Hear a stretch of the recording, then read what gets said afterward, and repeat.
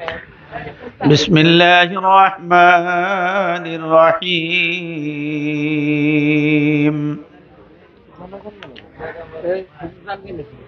إنه من يأت ربه مجرما فإن له جهنم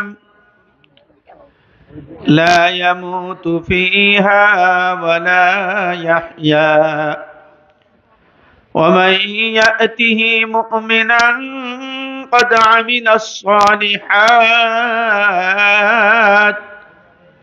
فأولئك لهم الدرجات العلى جنات عدن تجري من تحتها الأنهار خالدين فيها وذلك جزاء من تزكى وقال النبي صلى الله عليه وسلم حجبت النار بالشهوات وحجبت الجنة بالمكاره سبحانك لا علم لنا إلا ما علمتنا إنك أنت العليم الحكيم سبحان الله وبحمده سبحان الله العظيم اللهم صل وسلم وبارك على سيدنا محمد وعلى آله وسلم تسليما آمنت بالله صدق الله مولانا العظيم وصدق رسوله النبي الكريم ونحن على ذلك لمن الشاهدين والشاكرين والحمد لله رب العالمين বাবুরচর মোল্লাডাঙ্গি ফাতেমাতুজ জোহরা আনোয়ারা মহিলা মাদ্রাসা কর্তৃক আয়োজিত 12তম বাৎসরিক ওয়াজ মাহফিলের শ্রদ্ধাভাজন ব্যক্তিত্ব সম্মানিত সভাপতি জনাব আলহাজ হাশেম মাতুব্বর সাহেব সভাপতি অত্র মাদ্রাসা মাহফিল উপলক্ষে আমন্ত্রিত মুকাররম উলামায়ে কেরাম সামনে উপবিষ্ট দিনদার ইমানদার পরেজগার ভাইরা সম্মানিত মুরব্বিগণ যুবক ভাইরা স্নেহের কচিকাচা পর্দার অন্তরালে মা ও বোনেরা আল্লাহ তাআলার আলিশান দরবারে উঁচু দরবারে অগণিত শুকরিয়া যেই মহান আল্লাহ তাআলা অনুগ্রহ করে দয়া করে মায়া করে ভালোবেসে আমাদেরকে এই দ্বীনি মজলিসে দীর্ঘ রাত পর্যন্ত বসে দ্বীনি কথা বলার এবং শোনার মতো তৌফিক দান করেছেন এজন্য রব্বে করিমের দরবারে শুকরিয়া আদায় করতে গিয়ে সকলেই দিল মনকে উজাড় করে মোহাব্বতের সহিত উচ্চ আওয়াজে জবান খুলে বলি আলহামদুলিল্লাহ। দোয়া করে দেব নাকি ওয়াজ করব? না, বেশি তো করার পারবোই না।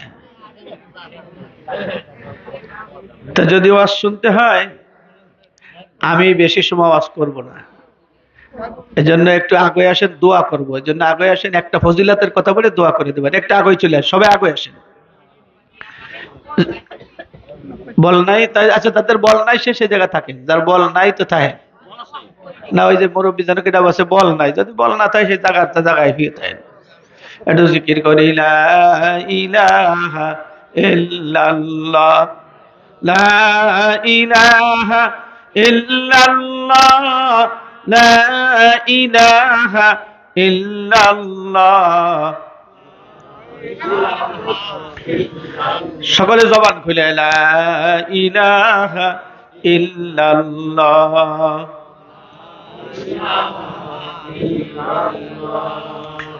লা ইলাহা ইল্লাল্লাহ, লা ইলাহা ইল্লাল্লাহ।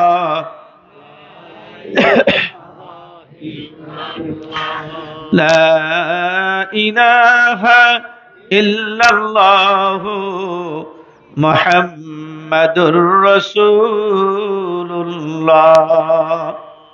সাল্লাল্লাহু আলাইহি ওয়াসাল্লাম। এই যে কালিমা আমরা পাঠ করলাম, এই কালিমা পাঠ করার কারণ, হ্যাঁ আচ্ছা দাও দাও, একটা চেন পাইছি, ছেলেটা রূপার মনে হয় নাকি জানি না। এই যে কালিমা আমরা পাঠ করলাম, এর মাধ্যমে আমরা ইমানদার বা মুসলিম হয়ে গেলাম। এখন এই একজন মুসলিম এর দাম কত, ইমানের দাম কত? এই কথা বলেন দাদু, কথা চুপ করে থাকো। সাতবক আসমান এবং জমিন, সাতবক আসমান এবং জমিন হাজারবার কোটিবার বিক্রি করলেও এই লা ইলাহা ইল্লাল্লাহ এবং এক ব্যক্তির ইমানের সমকক্ষ হবে না। আমার আপনার দাম কত এখন বুঝে আসবে না, বুঝে আসবে যখন আল্লাহ পাক আমাকে আপনাকে জান্নাতের মেহমান বানাবে। জান্নাতে যাওয়ার চাবিকাঠি লা ইলাহা ইল্লাল্লাহ। এজন্য হাদিসে পাকের মধ্যে নবী করিম বলেন সাল্লাল্লাহু আলাইহি ওয়াসাল্লাম, ইরশাদ ফরমান, মান ক্বালা লা ইলাহা ইল্লাল্লাহ ফাদাখালাল জান্নাহ। নবীজি বলেন, যে ব্যক্তি ঘোষণা দিল, সাক্ষী দিবে, সাক্ষী দিল লা ইলাহা ইল্লাল্লাহ, ফাদাখালাল জান্নাহ, নিশ্চিত সে জান্নাতের মেহমান হবে। এই জন্য লা ইলাহা ইল্লাল্লাহ দিয়ে আল্লাহকে সন্তুষ্ট করা যায়, ইবাদতের মাধ্যমে আল্লাহকে সন্তুষ্ট করা যায়, জিকিরের মাধ্যমে আল্লাহকে সন্তুষ্ট করা যায়, কোরআন তেলাওয়াতের মাধ্যমে আল্লাহকে সন্তুষ্ট করা যায়। টাকার মালিক হইয়া আল্লাহকে সন্তুষ্ট করা যায় না, ক্ষমতার মালিক হইয়া আল্লাহকে সন্তুষ্ট করা যায় না, ক্ষমতার মালিক হইয়া জান্নাতের মালিক হওয়া যায় না। ক্ষমতা দিয়ে যদি জান্নাতে যাওয়া যেত তাহলে নমরুদকে জান্নাত দেওয়া লাগতো। সারা বিশ্বের ভিতরে 4 জন মানুষ বন্ধুরে সারা পৃথিবী শাসন করেছে, সারা পৃথিবী শাসন করেছে 4 জন ব্যক্তি। 1 নম্বর সুলাইমান আলাইহিস সালাতু ওয়াস সালাম, 2 নম্বর যুলকারনাইন, 3 নম্বর নমরুদ। কাফের ছিল 4 নম্বর হলো বুকতে নাসার। নমরুদ জীবিত ছিল 1700 বছর, রাজত্ব করেছে দুনিয়ার মধ্যে 400 বছর। এত রাজত্ব করার পরে, এত ক্ষমতা থাকার পরেও আল্লাহর জান্নাতে যাওয়া সম্ভব? জান্নাতে যাওয়া সম্ভব হবে না, কারণ তদানীন্তন সময় যেই নবী ছিলেন ইব্রাহিম আলাইহিস সালাতু ওয়াস সালামকে নবী বলে মানেন নাই, নবী বলে মানে নাই, আল্লাহর একত্ববাদের স্বীকারোক্তি দেয় নাই। এজন্য এত বড় ক্ষমতাধর হওয়ার পরেও আল্লাহর জান্নাতে যাওয়া সম্ভব হবে না। এজন্য দোস্তরে আমার, আমরা কালেমাওয়ালা, আমাদের কত বড় দাম, আমরা কত দামি। একটা ছোট্ট ঘটনা বললে বুঝতে সুবিধা হবে। আল্লাহর নবী যখন সাহাবীদেরকে নিয়ে 7ম হিজরির শেষের দিকে খায়বার নামক স্থানে যুদ্ধ করতে গিয়েছিলেন, খায়বারের যুদ্ধ নবীজি যখন করতে গিয়েছিলেন, দীর্ঘমেয়াদী যুদ্ধ হয়েছে। শেষ পর্যন্ত আলী রাদিয়াল্লাহু তাআলা আনহুর হাতে বিজয় হয়েছে। বিজয় হয় না, বিজয় হয় না। নবীজি বিজয় হওয়ার রাত্রে, বিজয় যেদিন হবেন তার আগের দিন রাত্রে বললেন, আগামীকাল খায়বার বিজয় হবে, আল্লাহ পাক এমন এক ব্যক্তির হাতে বিজয় দান করবেন যেই ব্যক্তি আল্লাহ এবং আল্লাহ রসুলকে অতীব ভালোবাসে এবং আল্লাহ রসুলও তাকে ভালোবাসে। আগামীকাল তার হাতে ঝান্ডা দেয়া হবে, তার মাধ্যমে আল্লাহ পাক ওই খায়বারকে বিজয় করে ছেড়ে দিবে। ওমর রাদিয়াল্লাহু তাআলা আনহু বলেন, ওমর রাদিয়াল্লাহু তাআলা আনহু বলেন, পতাকা পাওয়ার জন্য, নেতৃত্ব পাওয়ার জন্য কোনোদিন আমার আগ্রহ ছিল না, কিন্তু ওই দিন আমার বড় আগ্রহ হয়েছিল যে আল্লাহ রসুল তাকে ভালোবাসে এবং আল্লাহ রসুলকে সে ভালোবাসে। এই ব্যক্তি যদি আমি হতাম এবং আমাকে যদি পতাকাটা দিত, এজন্য আমি আগ্রহী ছিলাম। কিন্তু নবীজি হঠাৎ করে আলী রাদিয়াল্লাহু তাআলা আনহুর নামটা ঘোষণা করে দিলেন। আলী রাদিয়াল্লাহু তাআলা আনহুর নাম ঘোষণা করা হলে সাহাবীরা বললেন তিনি অসুস্থ। আল্লাহর নবী বললেন কিসের অসুস্থতা? বলে তার চোখে সমস্যা। নবীজি বললেন ডেকে নিয়ে এসো। ডেকে আনার পরে নবীজি থুতু বা লালা চোখে লাগাই দেওয়ার সঙ্গে সঙ্গে আলী রাদিয়াল্লাহু তাআলা নূর চোখের সমস্যার সমাধান হয়ে গেল। এবার বন্ধুরা আলী রাদিয়াল্লাহু তাআলা যুদ্ধ করার জন্য চলে গেলেন সাহাবীদেরকে নিয়ে যাওয়ার পরে যুদ্ধ হচ্ছিল, কয়েকটা ঢাল ওনার হাতে ভেঙে গেল। ভেঙে যাওয়ার পরে শেষ পর্যন্ত যুদ্ধ করার জন্য ঢাল বানাবেন কি দিয়া? ঈমান বোঝানোর জন্য বলছি। এবার খায়বারের যে প্রথম যেই দরজা, প্রথম যেই ফটক, যেই গেটটা ছিল আলী রাদিয়াল্লাহু তাআলা আনহু, ওইটার নাম ছিল কামুজ দুর্গা। ওই কামুজ দুর্গার যেই ফটক বা দরজা ছিল টাইনটা ভেঙ্গে ফেলে দিয়া ওইটাকে বাম হাত দিয়ে উঁচু করে যুদ্ধ করার পরে খায়বার বিজয় হয়ে গেল।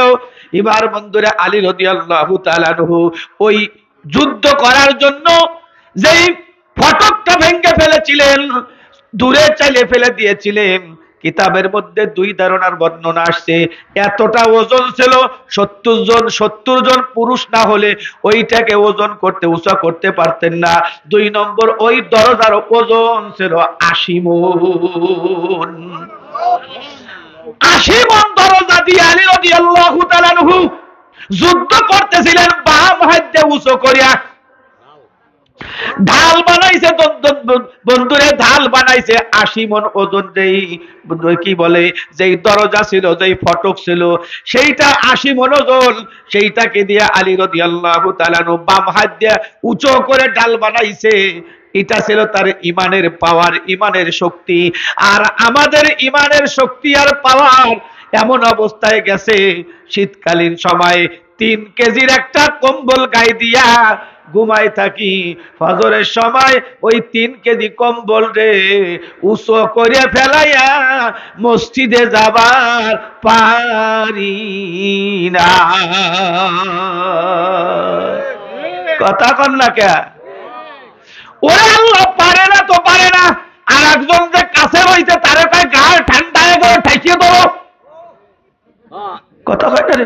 আর একজন গালের পর হাত দিয়ে রাখতে হয়, একটু গরম গরম লাগতেছে, ওই হাতও সরাবার পারে না, কম্বলও সরাবার পারে না।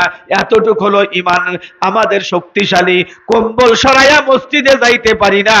আর আলী রাদিয়াল্লাহু তাআলা আনহু 80 মণ ঢালকে উঁচু করে যুদ্ধ করে বন্ধুরে খায়বার বিজয় করে। তাহলে বোঝা গেল তাদের ইমানের পাওয়ার কত বড়। আমার যেটা বলার উদ্দেশ্য, এই খায়বারের যখন যুদ্ধ হচ্ছিল, খায়বারের যুদ্ধের সময় ইহুদিদের সঙ্গে যুদ্ধ হচ্ছিল। কাদের সঙ্গে? ইহুদিদের সঙ্গে যখন যুদ্ধ হচ্ছিল, কয়েকজন আমার স্নেহের যুবক তোমরা আসো, তোমাদের জন্য বয়ানটা করি। মুরব্বীদের আর বয়ান নাই, মুরব্বীরা তো জান্নাতি হয়েই গেছে। কি শেষ হয় না? আমি পরশুদিন হাদিসে পড়াইছি, 3 শ্রেণীর মানুষকে সম্মান করলে আল্লাহকে সম্মান করা হয়। সুবহানাল্লাহ। 3 ধরনের মানুষকে যদি সম্মান করা হয় আল্লাহ খুশি হয়, আল্লাহকে সম্মান করা হয়। তার ভিতরে মুসলমান বিরুদ্ধ ব্যক্তি, মুসলমান বিরুদ্ধ বয়স্ক ব্যক্তিকে যদি সম্মান করা হয়, আল্লাহকে সম্মান করা হয়। অধিকাংশ দাড়ি পাকা মানুষ, তাহলে আপনারে সম্মান করে আল্লাহ খুশি হয়। দুই নম্বর হাফেজে কোরআন, যারা কোরআন মুখস্থ করেছে তাদেরকে যদি সম্মান করা হয়, আল্লাহকে সম্মান করা হয়। তিন নম্বর হলো ওই রাষ্ট্রপ্রধান যারা জনগণের পরে ইনসাফ কায়েম করে, জনগণের কল্যাণ বাস্তবায়ন করে। এই রাষ্ট্রপ্রধানকে সম্মান করলে আল্লাহকে সম্মান করা হয়। মুসলমান বাবাজিরা ভাইরা, ইহুদিদের যুবক একজন গোলাম ছিল, যুবক গোলাম, নাম তার আসওয়াদ। কি নাম? নাম তার আসওয়াদ। এই যুবক গোলামের বড় আশা এবং বাসনা, চিন্তা এবং চেতনা। হয়তো যুদ্ধে যাইয়া মরেও যেতে পারি বা জীবিত থাকতে পারি, কিন্তু নবীজিকে দেখতে পারবো কিনা এর কোনো নিশ্চয়তা নাই।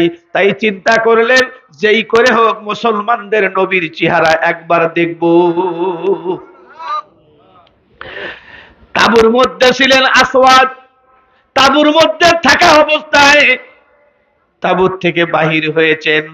তাঁবুর থেকে বাহির হওয়ার পরে এক পা দুই পা করে করে করে নবীজির তাঁবু পর্যন্ত চলে গেছেন। নবীজির তাঁবুর সামনে আলী রাদিয়াল্লাহু তাআলা দাঁড়ানো। এবার যেহেতু আহলে কিতাব, আলী রাদিয়াল্লাহু তাআলা আনহুকে সালাম দিলেন। সালাম দেওয়ার পরে আসওয়াদ নিজের পরিচয় দিলেন, আমি ইহুদিদের গোলাম, মুসলমানদের নবীজির সঙ্গে সাক্ষাৎ করার জন্য আসছি। আমাকে অনুমতি দেওয়া যাবে কিনা, সাক্ষাৎ করার সুযোগ হবে কিনা? আলী রাদিয়াল্লাহু তাআলা আনহু বললেন, ওই তাঁবুর মধ্যে নবীজি বিশ্রাম করতেছেন, আরাম করতেছেন, তুমি যে সালাম দাও। সালাম দেওয়ার পরে তুমি নবীজির কাছে নিজের পরিচয় দাও। আমার নবী স্বীয় ইচ্ছায় তোমার সঙ্গে কথা বলবে। তোমার যাওয়ার জন্য কোনো পারমিশন লাগবে না, কোনো মাধ্যম লাগবে না, এবং কারো অনুমতির প্রয়োজন হবে না। এই কথা শোনার সঙ্গে সঙ্গে ইহুদির গোলাম আসওয়াদ চুপচাপ করে দাঁড়াই রয়েছেন। হায়রে, এটা কি করে সম্ভব? জগৎ বিখ্যাত ব্যক্তি, সারা পৃথিবী ব্যাপক যার পরিচয় পরিচিতি, এত বড় ব্যক্তির সঙ্গে আমি সাক্ষাৎ করব সামান্য একজন রাখাল বা চাকর? মাধ্যম লাগবে না, পরিচয় লাগবে না, অনুমতি লাগবে না, তাহলে তো সাক্ষাৎ করা দরকার। দ্বিতীয়ত এমন ব্যক্তির সাথে যুদ্ধ করতে আসছি, এটা বড় অন্যায়। কারণ এই ব্যক্তি যার এরকম আচরণ, দেখা করার জন্য পারমিশন লাগবে না, দেখা করার জন্য অনুমতি লাগবে না, কোনো মাধ্যম লাগবে না, এমন ব্যক্তি যে ওই ব্যক্তির দ্বারা পৃথিবীর কোনো মানুষ কেন, কোনো মাখলুকাতের কোনোদিন ক্ষতি সাধন হতে পারে না।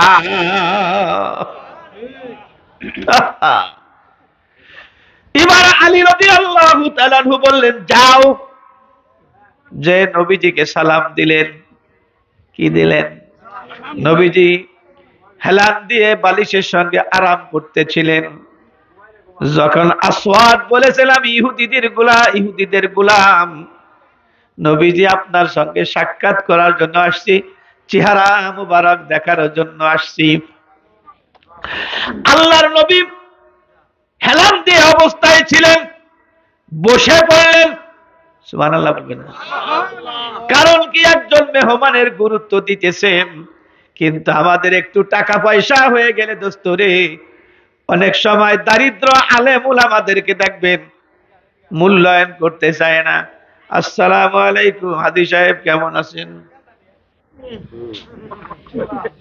সালামের উত্তর দিচ্ছে, বুঝেন নাই?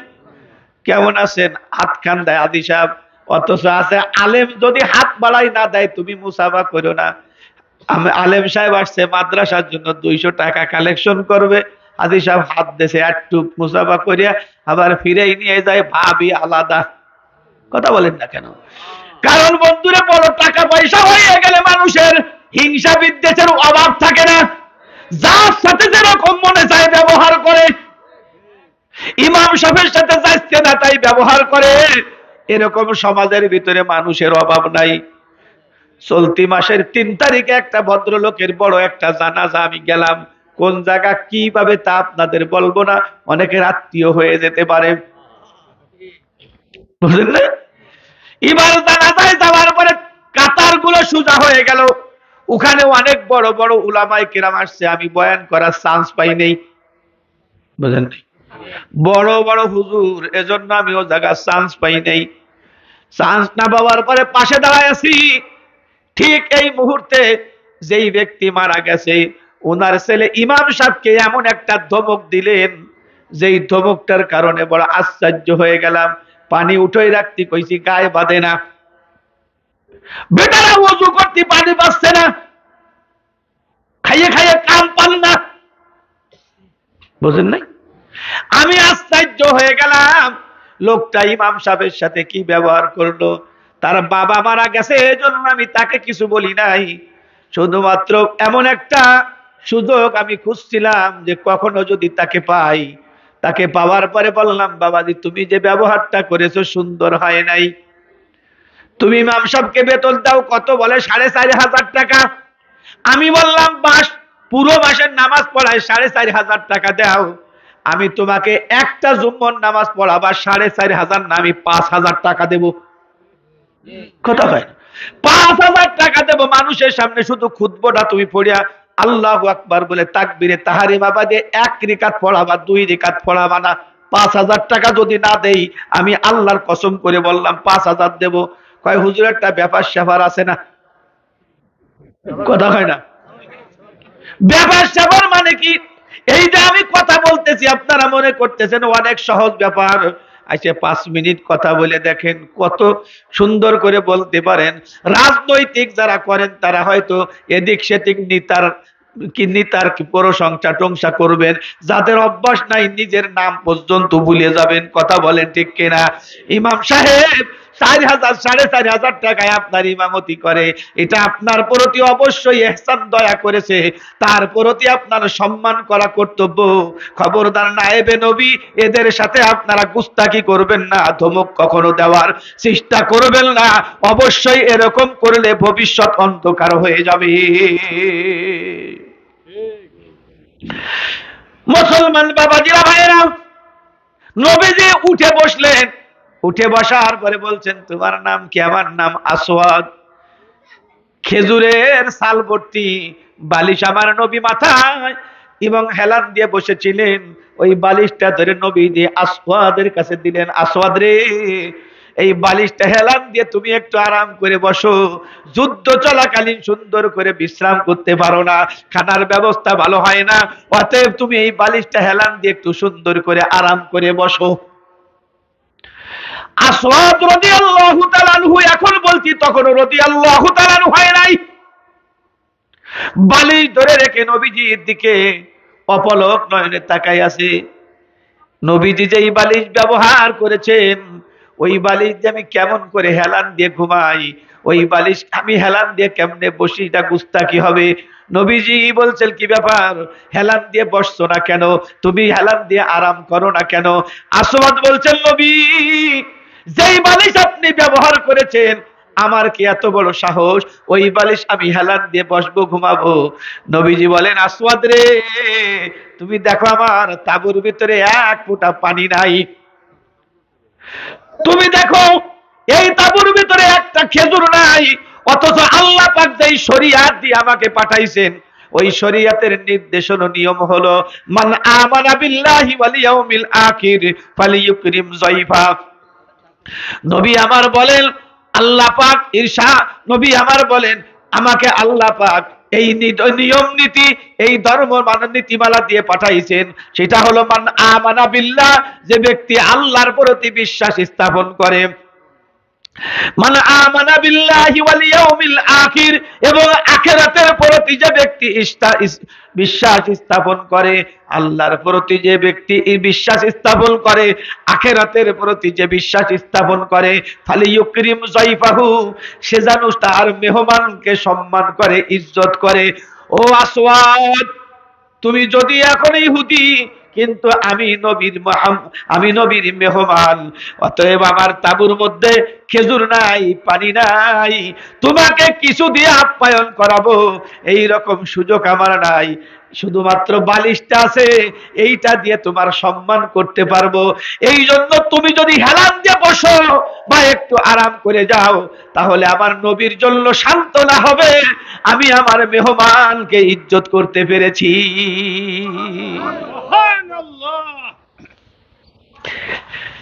এই জন্য আল্লাহ পাক কুরআনে কারীমের মধ্যে বলছেন, ইন্নাকা লাআলা খুলুকিন আযীম।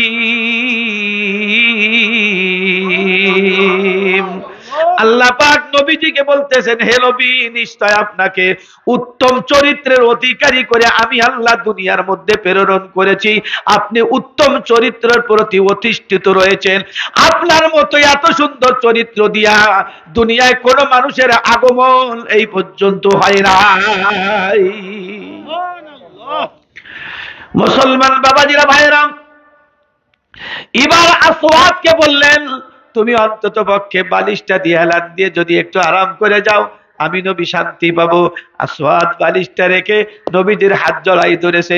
সুবহানাল্লাহ বলা যাবে কিনা? 10-15 মিনিট বলি না, ঘুম আসছে অনেকে, ঘুম আসতেছে রাতের বেলা তো অনেক রাত। মুসলমান বাবাজিরা, ভাইরা,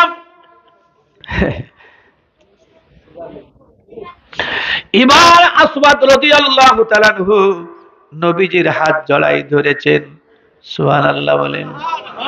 হাত জড়াই ধরার পরে দুই চোখ বেয়ে বেয়ে পানি পড়তেছে, কারণ শত্রুর মুখে এমন আচরণ। নবীজি শত্রু না তার বিরুদ্ধে যুদ্ধ করার জন্য আসছে। ইহুদি আসছে নবীজির বিরুদ্ধে যুদ্ধ করার জন্য। নবীজি সৈন্য নিয়ে এসে ইহুদিদের বিরুদ্ধে যুদ্ধ করার জন্য। শত্রুর মুখে শত্রু যদি এরকম আচরণ করে, দোস্তরে, আশ্চর্য হওয়ারই কথা। দুই চোখের পানি ছেড়ে দিয়ে আসওয়াদ নবীজিকে বলছেন, নবী, আপনি যে আচরণ করেছেন, ব্যবহার করেছেন, এই রকম আচরণ ব্যবহারের মানুষ পৃথিবীর কোন মানুষের ক্ষতি করতে পারে না। অতএব আমি কালেমা না পড়ে আপনার নিকট থেকে যাব না। নবীজির চরিত্র দেখে মানুষ মুসলমান হয়ে যায়। ইহুদি মুসলমান হয়, কাফের মুসলমান হয়ে যায়। কথা বলে ঠিক কিনা? আজ বর্তমান আমরা রসুলের উম্মত দাবি করি, আমরা এত সুন্দর মুসলমান, ভাই ভাইয়ের সাথে সম্পর্ক নাই, বউ থাকবার চায় না, বোনকে চোখে দেখতে পারি না, মার সাথে সম্পর্ক নাই। কথা বলেন ঠিক কিনা? মুসলমান 4টে ভাই, 4 ভাইয়ের সাথে 4 বছর কথা হয় না। এ ভাই, ইসলাম কি শিক্ষা দিয়েছে? ভাই ভাইটা খাবে। হ্যাঁ, আমি আমার একজনকে বললাম, দেখেন গতকালকে বলেছি যে ভাই ভাইটা ভাই খাবে, আমারটা আমি খাবো, তোমারটা তুমি খাবো। তবে বছর গেলে একটা ঈদের সময়, 2টা ঈদের সময়, 5টা ভাই বোন, 6টা ভাই বোন এক জায়গা যদি 4টে বসে ভাত খাইতে পারো, এর চাইতে আর শান্তির কিছু থাকতে পারে না। কিন্তু মুসলমানের চরিত্র এমন, এমন এমন আপন ভাই আছে, 2 বছরের মধ্যে ভাইয়ের সাথে ভাইয়ের কথা পর্যন্ত হয় না। ঠিক না?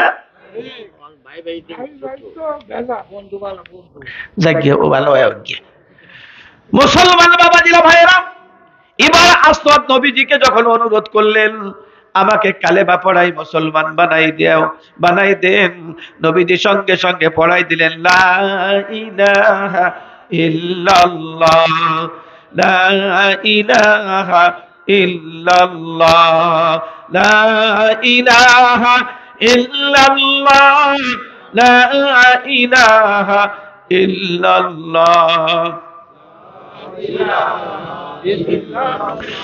লা ইলাহা ইল্লাল্লাহ মুহাম্মাদুর রাসূলুল্লাহ সাল্লাল্লাহু আলাইহি ওয়াসাল্লাম।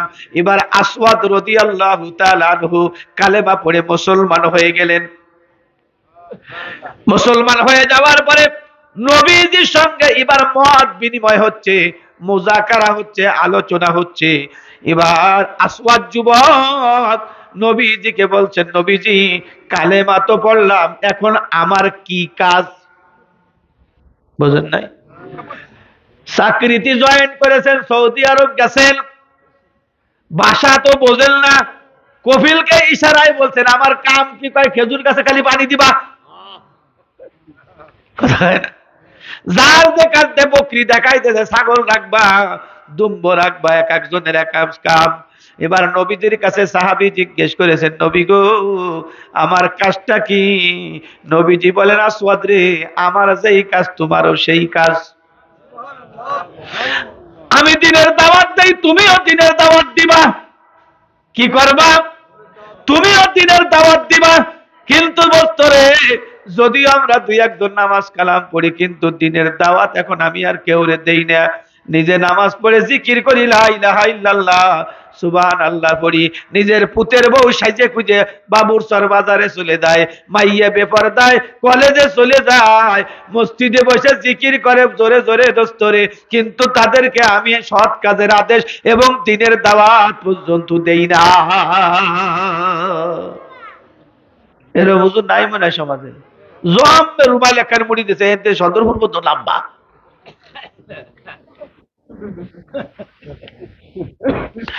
এই জন্য দোস্তরে সাধু সাধু সাজা যায়, কিন্তু সাধু হওয়া বড় কঠিন। বন্ধুরা আমার, পীর সাহেব, বন্ধুরা আমার, সাজা যায়, পীর হওয়া বড় কঠিন। আলেম সাজা যায়, আলেম হওয়া বড় কঠিন। ও দোস্তরে, সুন্দর করে বন্ধুরে পোশাকে আশাকে খাঁটি মুসলমান দেখা যায়, কিন্তু বাস্তবে খাঁটি মুসলমান হওয়া কঠিন। এবার আসওয়াদ রাদিয়াল্লাহু তাআলা আনহুকে নবীজি বললেন, আমার যেই কাজ তোমারও। তাহলে নবীজির কাজ ছিল মানুষকে সৎ কাজের আদেশ করা, অসৎ কাজের নিষেধ করা। আমার ঘরের মধ্যে যদি অসৎ কাজ হয়, সেটাকে আমি নিষেধ করতে পারবো কি পারবো না? অন্তত পক্ষে বুঝাবো। নিজের স্ত্রী যদি পর্দার বাহিরে যায়, তাহলে হাতে ধরি পায়ে ধরি বলতে হবে, তুমি যদি পর্দার বাহিরে যাও, কিয়ামতের ময়দানে তুমি জাহান্নামে যাবা। আর এই পর্দায় যাওয়া, তুমি পর্দার বাহিরে যাও, এতে যদি আমি সন্তুষ্ট থাকি, আমি দায়ুসের মধ্যে পড়বো, আমিও জাহান্নামে যাব। এজন্য হাতে ধরি পায়ে ধরি, পর্দার বাহিরে তুমি যাইও না। কবে হুজুর এ জম্মের একটা ভুল কথা কলেন। কিরম ভুল কথা? বোর আবার পাও ধরে কেমলা ভুল কথা কইছি না? পায়ে ধরা মানে পাও জড়াই ধরার কাম নাই। অনুরোধ করেন, ছোট বাইক নিয়ে ছোট ভাতিজা পানির মধ্যে পড়ে গেছে, ডুব দেছেন, ডুব দেওয়ার হাত পাও পাইছেন, আপনার হাতে উঠিয়ে চলে আইছেন, কি হয়েছে? হ্যাঁ, বাইক নিয়ে টুক আমি হাত বাচ্চল, পাও বাচ্চল হাতে, তাই থুই আইছি। উপরে যারা যে কথা থাকবে সব কথা নাই থুবে ধরি, এ শয়তান, যে জায়গা পাইছি পাইছি, বাঁচানোর দরকার না। কথা কয় না? যদি খালি পাচ্ছে বাইকদের পায় আমার হাত পড়ছিল, বাইকদের পাও ধরা যায়, তাই থুই আইছি, এক দাঁত দুধ সব ছুটে দেবে যে কথার উপরে থাকবে। তুই হাত পাইছিস, পা পাউছিস, যা পাইছিস ওরে বাঁচা। জাহান্নামের আগুন থেকে বাঁচানোর জন্য নিজের স্ত্রীর যদি পাও ধরা লাগে, তারপরেও বাঁচাও। কারণ ভাইজান, জাহান্নামের আগুন আমার আপনার দ্বারা সহ্য করা সম্ভব না। এই জন্য সৎ কাজের আদেশ করবা। 2 নম্বর, আমি দৈনন্দিন 5 ওয়াক্ত নামাজ আদায় করি, আসওয়াদ তুমিও দৈনন্দিন 5 ওয়াক্ত। কথা কয় কি? ঠিক কি? দৈনন্দিন তুমিও 5 ওয়াক্ত নামাজ আদায় করবা। তাহলে 1 নম্বর, নবীর ছিল দাওয়াতের কাজ, আমি দাওয়াতের কাম করি না। নবীজির 5 ওয়াক্ত নামাজ, আমার নাই 1 ওয়াক্ত। এরাও নাই মনে হয়, 1 ওয়াক্ত নামাজও নাই, এমনকি জুম্মার নামাজও পড়ে না। এইরকম মুসলমানই তো দাবি করে কুরবানির গোস্তর ভাগ নেয়। হ্যাঁ, আমি যদি গোপনে, আমার কাছে আসেন একজন লোকের, আমি ঠিকানা দেব, গোপনে, সদরে না। আমার জানা মতে ওই লোক কতদিন অজু করে না জানি না, তবে আমার ধারণা 40 বছর মনে হয় দাঁত মাজে না। কোন পক্ষে 40 বছর। আমি যতদিন জানি, আমি 20-25 বছরের মধ্যে তার জুম্মার নামাজে দেইনি। হ্যাঁ হ্যাঁ, দাঁত গুলো সুন্দর, কি যে কালা, আলকাতরা অত কালা না। মুসলমান বাবাজিরা ভাইয়েরা, তাহলে দৈনন্দিন 5 ওয়াক্ত নামাজ আদায় করা লাগবে কি লাগবে না? নবীদের 5 ওয়াক্ত নামাজ, তোমার আমার 5 ওয়াক্তর নামাজ। কথা বলেন ঠিক কিনা? ছোট্ট ছোট্ট বাচ্চারা, এ যুবকরা তোমরাও শোনো, ছোট্ট ছোট্ট বাচ্চারা গান গায়, মাহফিলে গান গায়, নামাজকে বলো না, কাজ আছে, কাজকে বলো আমার নামাজ আছে। শুনছেন না? নামাজকে বলো না, কথা হয় না রে, নামাজকে বলো না, কাজ আছে, কাজকে বলো আমার নামাজ আছে। শুনছেন কোনদিন? এর অর্থ কি? দুনিয়াবি যত দামি কাজ করি না কেন, ওই দুনিয়াবি কাজ যখন করব, মসজিদ থেকে যখন বলবে আল্লাহু আকবার, আল্লাহু আকবার, লিকুল্লি শাইইন আল্লাহু আকবার, সব বস্তু থেকে কে বড়? আসমান থেকে বড় কে? জমিন থেকে বড় কে? জান্নাত থেকে বড় কে? সব কিছু থেকে যিনি বড় তিনি হলেন কে? জোরে বলেন আল্লাহ।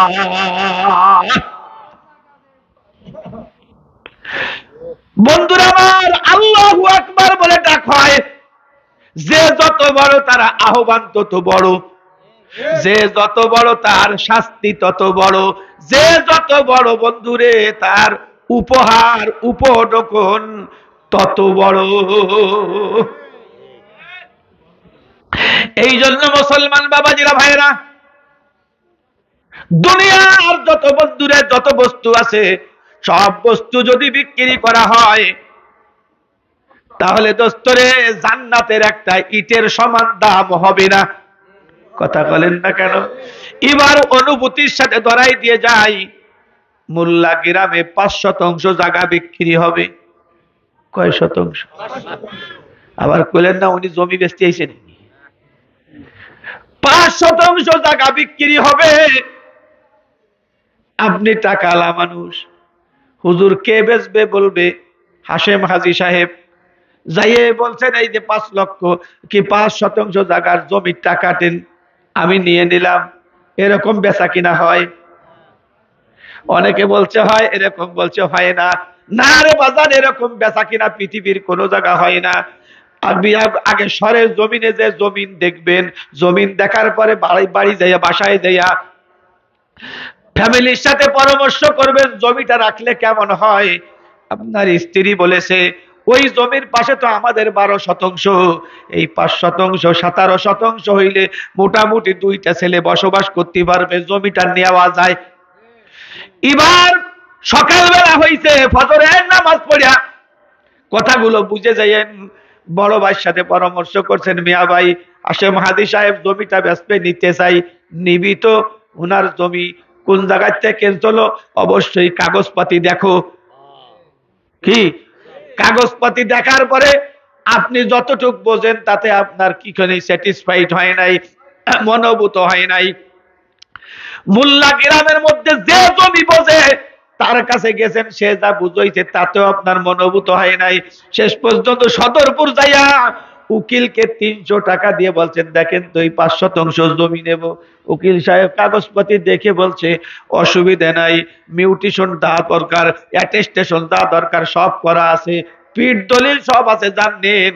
এরপরে জমি কিনবেন, তার আগে টাকা দেবেন না। কথা বলেন, 5 শতাংশ ফুটবলি বাদাম ছাড়া কিছু হয় না।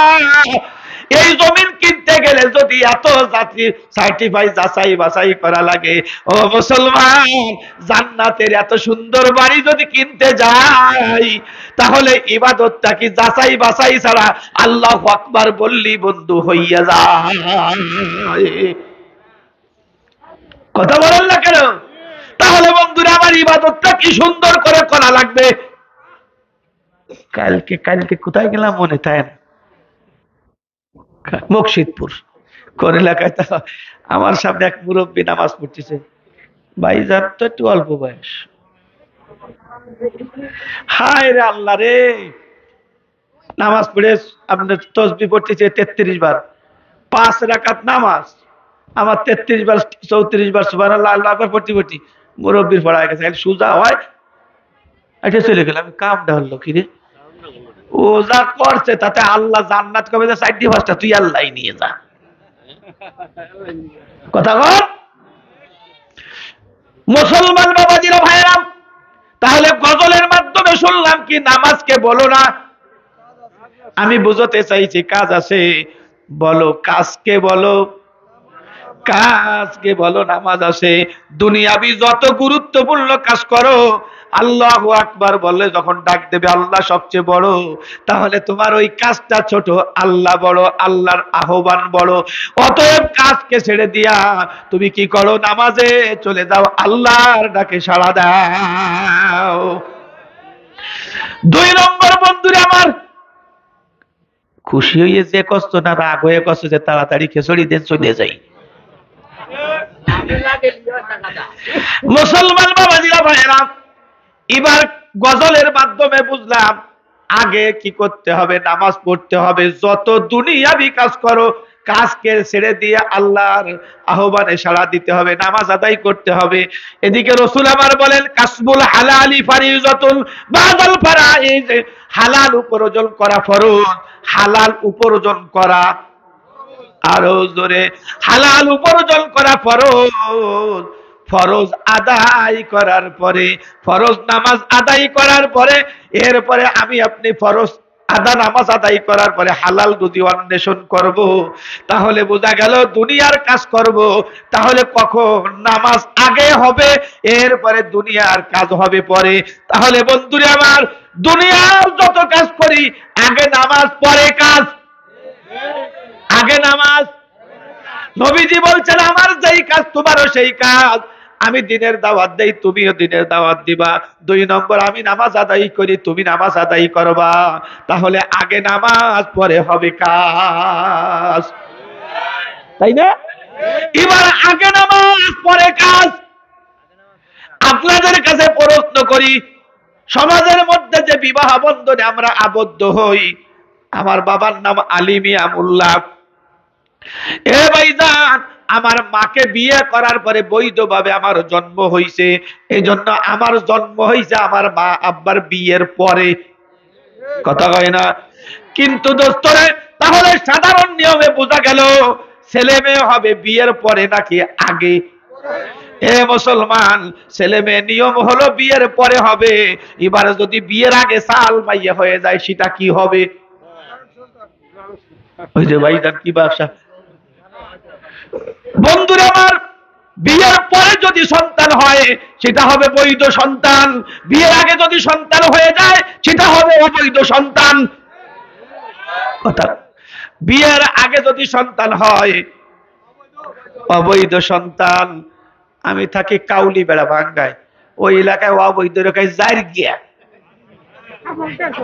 আপনাকে তো শোক হয়। ও আচ্ছা, তাহলে বোঝা গেল নামাজ কি বলে, বিয়ের আগে যদি সন্তান হয় ওটা হবে জাইরগে সন্তান, আর বিয়ের পরে যদি হয় সেটা হবে বৈধ সন্তান।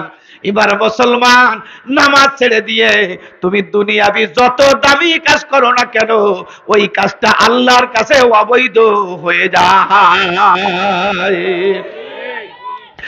রাতের বেলা ফজরের নামাজ তুমি পড়ো নাই, ঘুমাই রয়েছো, তোমার ঘুমটা বড় আরাম হইছে, নামাজে যাও নাই, তোমার এই ঘুমটা আল্লাহর কাছে অবৈধ ঘুম। রাজনৈতিক মিটিং করেছো, নামাজে যাও নাই, তোমার ওই রাজনৈতিক মিটিংটা আল্লাহর কাছে অবৈধ। বোর সাথে গল্প গুজব করতেছো, মোবাইলে আলাপ করতেছো, নামাজে রক্ত চলে গেল, নামাজে যাও নাই, তোমার বোর সাথে ওই আলাপ করা আল্লাহর কাছে অবৈধ। তাহলে বলেছেন, নবী বলেছেন, আমার যেই কাজ তোমারও সেই কাজ। 1 নম্বর দিনের দাওয়াত দিবা, 2 নম্বর হলো দৈনন্দিন নামাজ আদায় করবা, 3 নম্বর হলো রমজান মাসে রোজা রাখবা, 4 নম্বর হলো যাকাত দেওয়ার মতো যদি তোমার অ্যাবিলিটি হয় তুমি যাকাত দিবা, 5 নম্বর যদি হজের সময় তোমার প্লেন ভাড়া দেওয়ার মতো যোগ্যতা থাকে, পথ খরচের যোগ্যতা যদি থাকে, তুমি হজ করবা। এরকম নবীজি একটা কথা বলতেছিলেন। কারে বলতেছিলেন? এই যে শ্রোতা পায়ারে। এবার একটা করার তারপরে আসওয়াদকে যখন বলতেছিলেন, শেষ পর্যন্ত নবীর বর্ণনা যখন শেষ হয়ে গেল, আল্লাহর নবীকে আসওয়াদ বলতেছেন, নবী এই মুহূর্তে নামাজের সময় নাই, নামাজ আদায় করতে পারতেছি না, রমজান মাস নাই, রোজা রাখতে পারতেছি না, হজের সময় নয়, হজ করতে পারতেছি না, যাকাত দেওয়ার মতো মুসাফির আমার টাকা পয়সা নাই, আনুষঙ্গিক যে আদেশগুলো আছে পালন করতে পারতেছি না। নবীজি ফিলহাল এই মুহূর্তে আমার জন্য কি কাজ?